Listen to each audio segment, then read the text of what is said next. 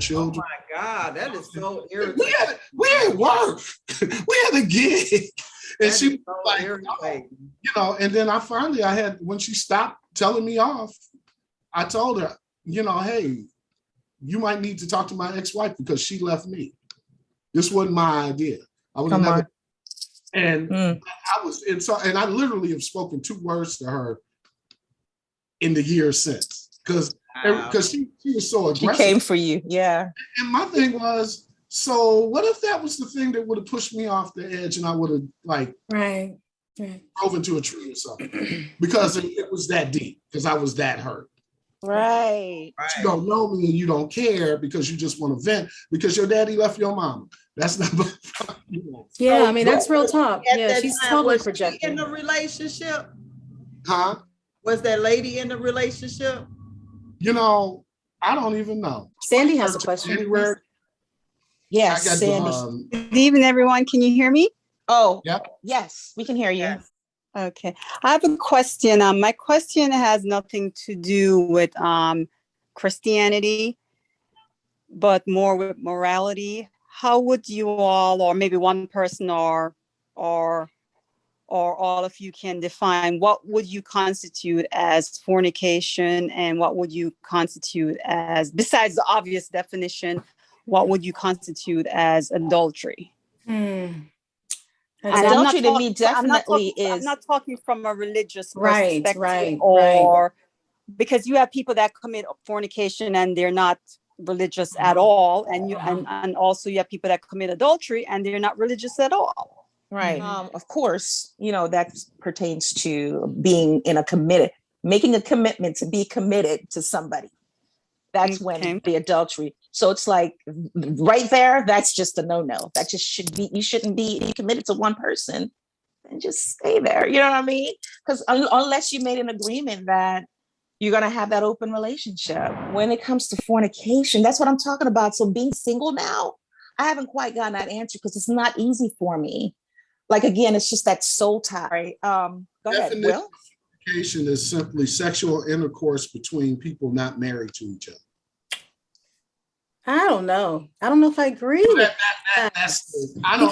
To me, I think that ties with the religious definition, though, too. That still feels very shame and guilt ridden, because I really do believe that I feel like I can just have sex with anybody I want. I think I'm single and I can just I'm not in agreement with anybody. And if I'm not having sex with somebody. As I think about the question asked a couple of days later, a little more deeply, and I reflect on what Anita was saying about shame and guilt, I realize that in my personal experience growing up, there was a lot of shame and guilt surrounding the words fornication and adultery. Adultery, I think we can talk about that on its own, because by definition that is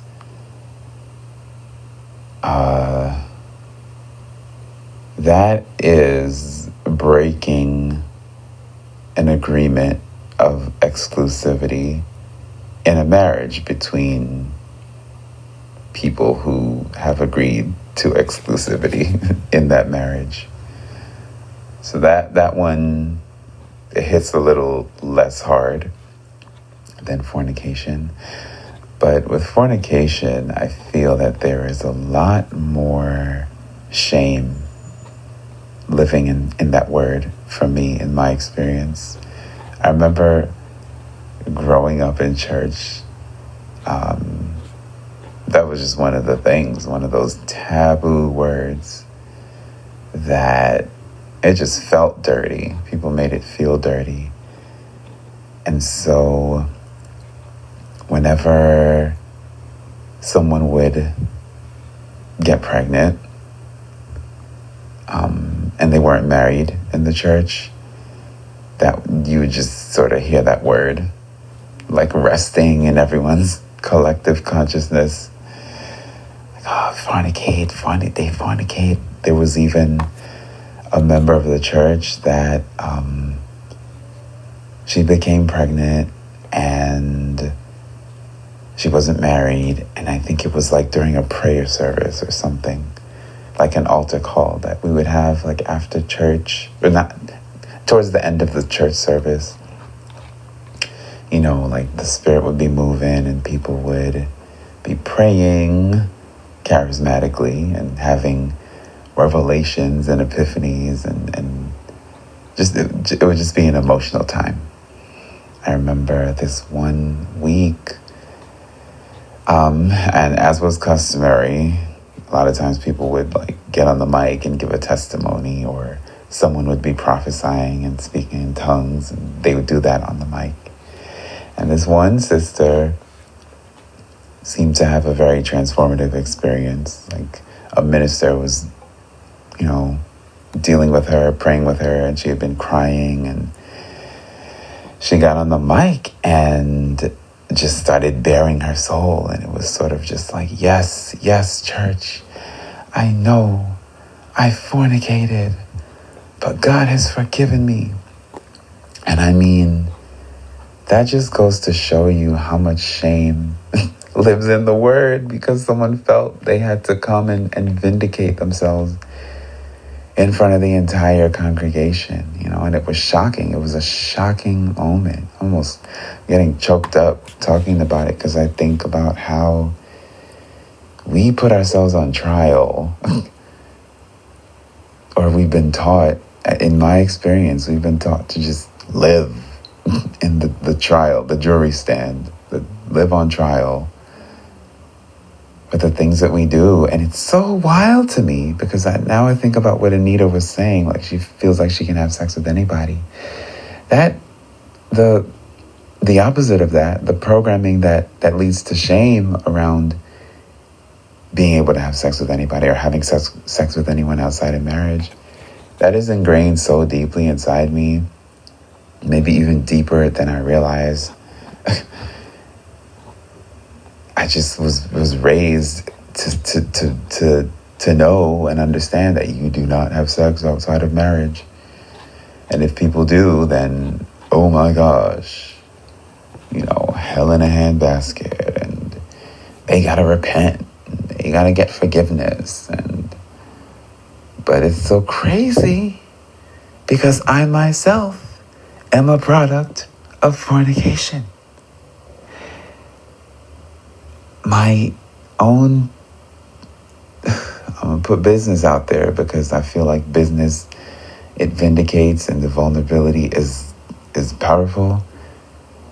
I think a part of the reason why my mom left her hometown was because of shame, because she got pregnant with me out of wedlock, so to speak. And what does it constitute as being wrong then? If it's okay to, whether you're in a someone had mentioned, or maybe I can't remember who exactly mentioned about being in an open relationship or an open marriage. If, let's say, two people coming together, a man and a woman come together, they're in an open relationship, and you say, General, we're in an open relationship, wouldn't there be some kind of boundaries for that open relationship? Or open means I can just sleep with anyone I feel like sleeping with, and the guy that I'm in this open relationship with, he can also do the same? I mean, where would be the boundaries? Boundaries, that depends on you. May I interject? I think as individuals, I think it's really important. And I think as humans, I think we get so afraid of being judged. Yeah, we get so afraid. And I have to just kind of go back to what you're saying.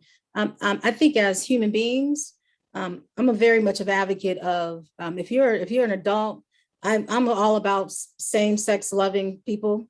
You know, whoever, I'm for that too. Gender loving people.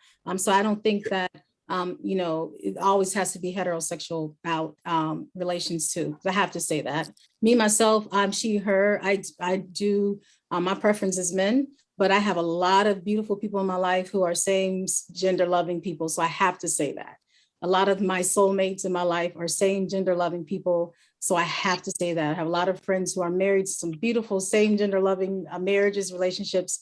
So I have to say that, who are beautiful parents, same gender loving parents. So I have to say that there are relationships in the world who are same gender relationships. So there are people in the world who do engage in sexual relations that aren't always heterosexual. So I do have to say that. But yeah, in that respect, and when it comes to sexual relations, it's up to those people to have that discussion. You know, I believe when it comes to sexual relations, there is no shame or guilt. If you're not having sexual relations with a person who is already in a committed relationship with someone, and if you're being truthful with that person about your dynamic with them, I believe the issue comes when there is shame and guilt. We're sexual beings. God created us to be that way. And I think it's important that we honor our bodies, the bodies that God gave us, and we know how to do that. We're all adults. We honor our bodies by protecting our bodies, and we honor our souls, and we honor our spirits. So being careful with who we engage sexual relationships with. Sexual free in that way. I just cannot. I mean, correct me if I'm wrong, Anita, but from what you just said a few seconds ago, that sounds to me as some kind of boundary. Okay, you can say it that way. Tell me it is some kind of boundary, because there is honesty. Because with freedom, there is responsibility and freedom. Right. Absolutely. So you can call it whatever you want to. There is responsibility and freedom. Absolutely, whatever you want to call it. Okay. She asked a question. That's my perspective on it. This is Jonathan. She asked a question, which is a great question. I'll try to answer it quickly from a biblical and just a basic natural scientific. She didn't want a biblical perspective. She wanted what I said is I'm going to try to answer it from a biblical and a natural, scientific, everyday, common sense relationship standpoint. If you look at eagles, they mate for life. Okay. Every metric that measures statistics in relationships show that people that are committed to one another, and this kind of goes back to what CHAR was saying about wanting to be with that one person. But here's two or three quick examples that we have to understand when it comes to sexual interaction between humans. I believe that the spirit God created sex, and he's not a party pooper, trust me. He created the vagina, every part of the human anatomy, and guess what? Yes. He intended for us to have pleasure. So let me round off the first point. Every scientific measurement of statistics show that people that are responsible and that are connected in a responsible relationship of commitment do better overall. I personally have never had a sexually transmitted disease. That being said, I'm not being celibate because I'm afraid to go out and start a relationship. That's just who I am. Eventually I will. Now I have to be careful because when I go out there and start doing whatever, I have to follow these same guidelines that I'm giving you. Now, if you look at some biblical information and when it comes to physical sex, first of all, fornication is basically sex between people that are not married. But what is marriage? Marriage is not a piece of paper. I was married to CHAR. It's a covenant. God is a spirit. So he creates the fleshly life that we enjoy. The woman that was so-called taken in adultery in the Bible, and they brought her and threw her in front of Jesus. First of all, I find it odd that there was no man there as well about to be stoned, but just shows you that God is not as concerned about all of the existentialisms, the externals of our do's and don'ts system as he is. And let me round this off as he is with the relationship of the heart. Okay, so that woman is about to be stoned. Jesus, who was God in the flesh, got down on the ground when they said, "What do you say, teacher? Should we stone her? Because we caught her in adultery." He starts writing on the ground, then he stands up. He says, "He that is without sin among you, throw the first stone." And I'm going to add this. I double dip chocolate dog dare you to hit this woman with a stone. So he gets back down and writes again. There's significance to him writing twice on the ground. Moses got the law twice, written by the finger of God. Jesus was effectively saying, dude, I know the law.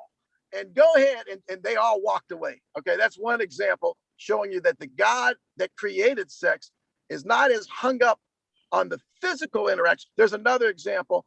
Gomer was a prostitute. God instructed Hosea, a prophet, to marry her. He says, every time she goes back to her lifestyle, I want you to go get her, because I'm going to try to illustrate something that's bigger than how you guys think. The love of God and a relationship has more to do with the spiritual. The covenant of marriage, like the two eagles, is spiritual. Science shows that if you find a person, whether or not, I mean, I believe in monogamy, man, woman, but if you think about it, if two women are together and there's no men available, how y'all gonna have kids? You can have an orgasm and you can do whatever you want to do with the rest of the body parts. But my point is not to focus. But it's not made, everybody isn't made to have kids. Let me finish, because I probably won't say a whole I mean, you lot think more. about the animal kingdom, that's not Let me accurate, just but go ahead. So with that being said, and I kind of, forgive me for just throwing a lot out there, I just want you to get the main point of this. A spirit created physical bodies. He is the original, if you don't want to say he because of, for whatever reason, that creator is the original Valentine. Ain't nobody going to roll up on him with some surprise about how to interact and get orgasms out of the human body. Okay, so the relationship is bigger than an orgasm. God, the spirit God, to the young lady, I didn't catch your name, I'm sorry, that asked the question. He's not as concerned about all this, who's sleeping with. God is looking for heart relate. He's looking for an inner core of love. One other example, David, the great king of Israel, killed the giant Goliath. He was at the top of the food chain, and he had an adulterous relationship with a woman by the name of Bathsheba. He set up a scheme to have the woman's husband killed in battle. And those were two commandments, and he was under the law. He should have been killed for both of those. What got him over with this God that created sex? His heart. He was in love with God. He wrote the psalm, created me a clean heart, renewing me a right spirit. I'm going to close it off with this. People, if you want to get the manual on best practices for love, it starts in the spirit. And that's how I met my wife. I was praying and fasting and singing. I was spiritual submarine. It starts in the spirit. It moves to the soul, which rests between your spirit and your body. And then it's executed in your body on this earth. But God is not some party pooper looking around who's committing adultery. He's trying to teach us best practices. Go to the eagles. They made for life. Any questions? So if you read in the animal, prides with several female lions, and the Bible is I won't. So I have my minor is religious studies. Break it down, preacher. No, I'm not a preacher. That's why. Sandy didn't want religious. She did not want responses, but I'll let y'all go. Marriage is older than the Bible, and the Bible, we're talking about a Middle Eastern societal construct where women are viewed as property and absolutely interpreted by Victorian English people who were trying to justify their domination of the world, and women are the same as slaves, blah, blah, blah, blah, blah. And one other thing, no disrespect, bro. Therapy is a wonderful thing. Man to man, on the real, therapy. When I got talking to me or you're talking to somebody else? Yeah, I'm talking to you. When I got divorced therapy, in 2013. Give me an example of why you think I need therapy. Why do you think I need therapy? I'm not trying to bash. Well, let's bring this back in. Let's put it this way. It's not about Jonathan. Okay, go ahead. I'm going to share what happened to me. Yeah. So here's the deal. When I got divorced in 2013, I was broken. I was no good to anybody.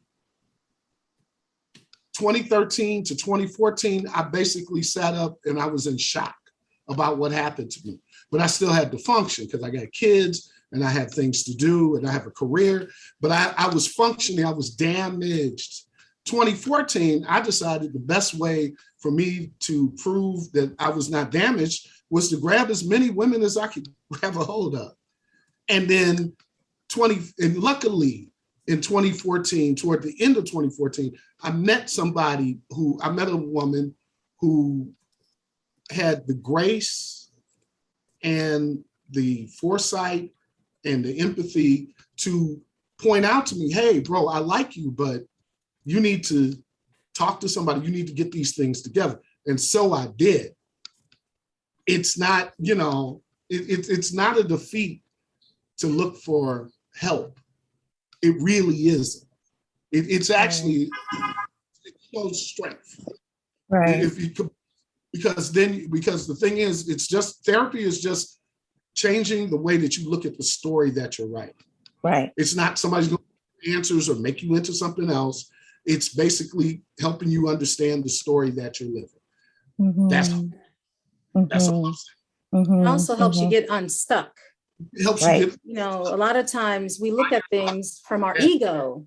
Yes. Our ego is there to protect us. Anita, you can help. Our ego is very much fear-based. I said Anita could probably help me get unstuck. No, I'm not here to help anybody get unstuck. I'm just kidding. Anyway, so let's move trust on. me, I can help you get unstuck, but it won't be the way you would. Right. I'll help a brother get unstuck. I got a strange feeling that it won't be the way you would have wanted to get you unstuck. You better come correct, girl. I'll come correct. Let me say something. I'm going to move this into another direction really quick. We were talking about, Will had shared that he's started having sex pretty young at 14. And then this was the story I was trying to say before we went the other way. But, but again, being in that religious upbringing, like when I was, my hormones were just like seriously kicking in. And I didn't have anybody to help me, help me through it, like to say, this is normal. You're okay. There's nothing wrong with you. And I'd be sitting in church. I remember while the preacher's preaching, and I would have the Bible. He might have been in Revelation somewhere. And I was in Songs of Solomon. Right. Let him kiss me with the kisses of his mouth, for your love is better than wine. 12 years old. 12. Oh gosh. All right, so Melvina's here. And when we're talking about the stereotypes, erotic poetry, let me light some candles. Yes, because I'm like, can we have time for that? Wait a minute. We can talk about the ancestors later. Wait a minute. We can pull that later. And you know what? I mean, the reason why I wanted her to read this, because again, like just embracing our sensuality, our sexuality, and loving ourselves, loving our body. We are a beautiful tribe. There's so much about us. And that people pay to have what we have. I mean, look, that's the truth. Yeah, take it away. Take it away, Melvina. Write poems in like the early 90s. And actually, I sent 2 of them to Troy Tyler when she was on V103, like at 10 o'clock on to like the morning or something back in the day. And she read them on the radio. And then the next day people calling me, oh my God, I heard your name in your phone. You're an awesome writer. Yeah. So I end up putting them together, and I have a book titled The Erotic Zone. The Erotic Zone. Stuff you read before you make love. CHAR she got 4 favorites. I don't know which one is my favorite, but the one I'm going to read is titled Dreaming. When we first met, I felt that I knew you from somewhere. I knew you from my dreams, my sexual dreams. We both have very high sexual appetites, and appetites like that cannot go unfed, so feed me. When we make love, I get this feeling that we do not want to stop, because if we do, it will end forever. It feels so good that 3 days later, I still feel like you're inside of me. Just the thought of us touching each other sends an exciting feeling through my body. This feeling we feel is so great that nothing or nobody can take it away. I wish I could keep you forever, but I can't. I pray one day when I wake up, you are a reality and not a dream. Well, Yeah. Snap, snap, snap, snap. Snap. Look, you can read the other ones. I feel like I'm getting healed, y'all. Come on, come on. I'm getting healed. Come on, yes. Oh, you want another one? Yes. I'm getting healed from my trauma, baby. Read the four. Read the three. Read the three. Okay. We could use that tonight. Yes. All right. So this one, I kind of like that one. Okay. This one is the pearl tongue. Yeah, this one. Say that one more time for the people in the back. The pearl tongue. Yeah. Thank you. Get to reading. That's what we like. Okay. After a year and a half, I finally decided to come over to your house and give you some and get what I wanted. Pleasure. Yeah. We talk, eat Chinese food, watch a few videos, and drink some beer. We start playing with each other, and one thing leads to another. We take off our clothes and get right down to business. You didn't waste any time and dive right between my legs like you were eating some of your grandma's apple pie. Licked, sucked, and slopped while my juices.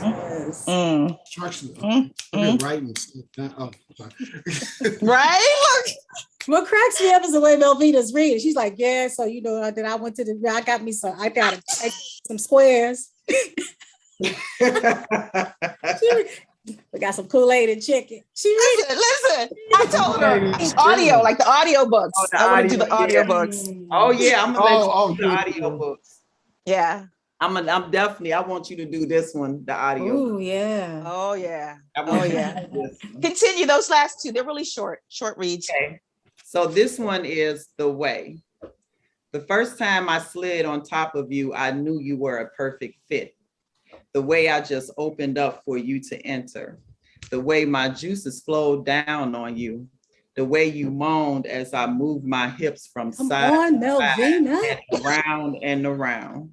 The way you allowed me to straddle myself and slide up and down on you. What? Damn, is that high vibration? Is that making love or what we doing? That is some high vibration. Is that high vibrating? That's I done had some low vibrating there. Okay, this one was low. Different levels. This one right here. Okay, this one is my pillow. When I lay on my pillow, it is soft, warm, comfortable, and strong. I can fall to sleep listening to music or lay on it after making love. My pillow is the chest of my man where I feel safe, mellow, loved, and secure. And when I wake up in the morning, I am still lying on the pillow of my man. That's high vibing. Yes. Girl. That's yes. Good. Thank you so much for spending this time with us. I will reach out to you again because we need to continue this discussion. We'd love to have you share some more. Yep. Yeah. Well, let me know which ones. Melvina, where can you get your book from? Either Amazon or from me. I got maybe directly from you. So you can get all the money. Because I sign everybody books when they buy a book from me. Okay. And I got a new one out called Missing Puzzle Pieces, and it's a journal. So whatever you're going through, what are the missing pieces of the puzzle that you're going through in your life, whether it's you and the spouse having issues, you and the family member, you and the friend been friends for like 20 years and y'all, stop being friends or something. So, or a breakup or whatever. It could be whatever in your life. You having issues on the job. I don't know what's going on with this job, whatever it is. So it's a journal of the stages that you go through when you're going through something in your life. Yeah, I can't wait to get my hands on that. Yeah. Wow. Yeah. Good stuff, right? Good Yes. stuff. I'm so glad you got to read it because it kind of put me in a different place. Yeah, A different we needed to headspace. be. I just think that those are great poems because they do speak to what I'm hearing as being. You heard that PUSSY. Yeah. But the thing about the PUSSY, it don't control me. I control it. I mean, that's good. That's what's up. But what I'm saying Control. is, no, I thought it was good because it's a perspective that fits into the puzzle of what we call the trichotomy of existence of a human being, spirit, soul, body.